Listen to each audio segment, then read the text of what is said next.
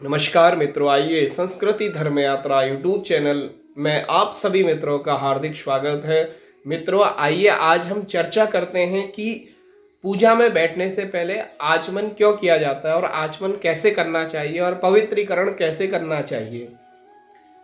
ऐसी बहुत सी जानकारियां आपको इस वीडियो में प्राप्त होंगी, तो आप इस वीडियो को पूरा अवश्य देखिएगा। मित्रों, हम बहुत सी जगह जाते हैं तो हम देखते हैं बहुत से लोग ऐसे हैं जिन्हें आचमन करना नहीं आता है। आचमन तो बहुत से लोग करते हैं, लेकिन उनकी जो आचमन करने की विधि है वह सही नहीं है। तो आपको इस वीडियो में आचमन की विधि प्राप्त होगी, तो आप इस वीडियो को पूरा अवश्य देखिएगा। मित्रों, आचमन इसलिए किया जाता है क्योंकि मन की पवित्रता के लिए आचमन किया जाता है। क्योंकि जब हम स्नान करते हैं तो स्नान करने से हमारा तन पवित्र होता है, हमारा शरीर पवित्र होता है, लेकिन हमारी आत्मा, हमारा जो मन है वह पवित्र नहीं होता है। मन और आत्मा हमारे आचमन करने से पवित्र होती है, क्योंकि पूजा में बैठने से पहले हमारा तन भी पवित्र होना चाहिए, मन भी पवित्र होना चाहिए और आत्मा भी पवित्र होनी चाहिए, तभी हम पूजा में बैठने के योग्य माने जाते हैं। तो इसलिए आचमन करने से हमारा मन और आत्मा पवित्र होती है। तो आचमन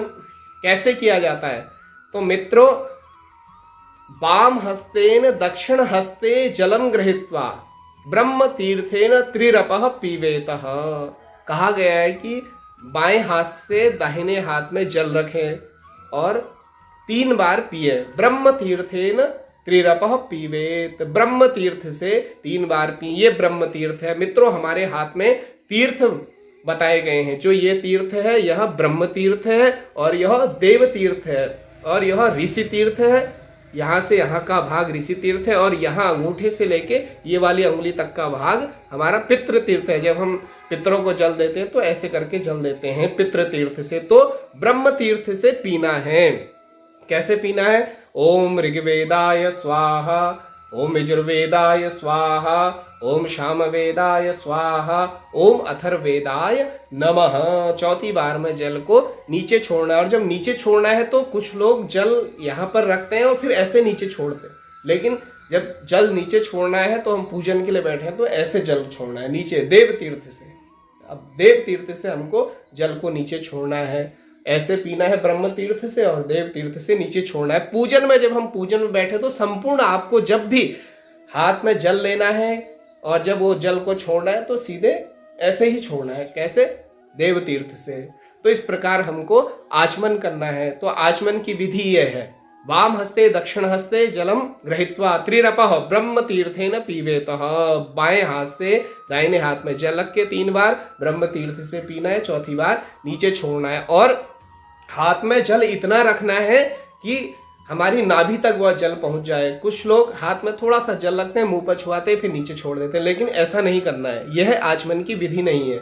हमने हाथ में जल लेना है और उसको पीना है। वह जल हमारा नाभि तक जाना चाहिए, इतना जल। और हाथ को ऐसे, जैसे गाय के कान होते हैं, इस प्रकार हाथ को बना के उसमें जल रखना है, पूर्ण रूप से जल रखना है और उस जल को फिर पीना है। वह जल नाभि तक जाना चाहिए, तभी हमारी आत्मा की शुद्धि होगी। अब हाथ में जल लिया और मुंह पर छुआ फिर नीचे छोड़ दिया, तो वो हमारा जल जब गले से नीचे ही नहीं जा रहा है, हमारे हृदय तक ही नहीं पहुंच रहा है, तो हमारी आत्मा की शुद्धि कैसे होगी? तो इस प्रकार हमने आचमन करना है। और आचमन करते समय मुंह से बिल्कुल आवाज नहीं आनी चाहिए। कुछ लोग क्या करते हैं, सुर सुर की आवाज करते हैं, लेकिन जब हम आचमन करें तो उसमें से बिल्कुल भी आवाज नहीं आनी चाहिए। बगल वाले को तक पता नहीं लगना चाहिए कि हम आचमन कर रहे हैं। तो इस प्रकार जब हम आचमन करेंगे तो हमें आचमन का संपूर्ण फल मिलेगा। हमारा जो मन है, हमारी जो आत्मा है वह पवित्र होगी।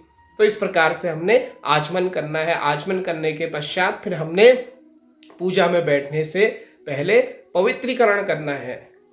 जो हमारे आगे से जल रखा हुआ है लोटे में, उसमें गंगा जल मिला के फिर अपने ऊपर और सभी सामग्री के ऊपर छींटे लगाने। ओम अपवित्रः पवित्रो वा सर्वावस्थांगतो विवा यः स्मरेत् पुंडरीकाक्षो शवाय्याभ्यन्तरः शुचिः।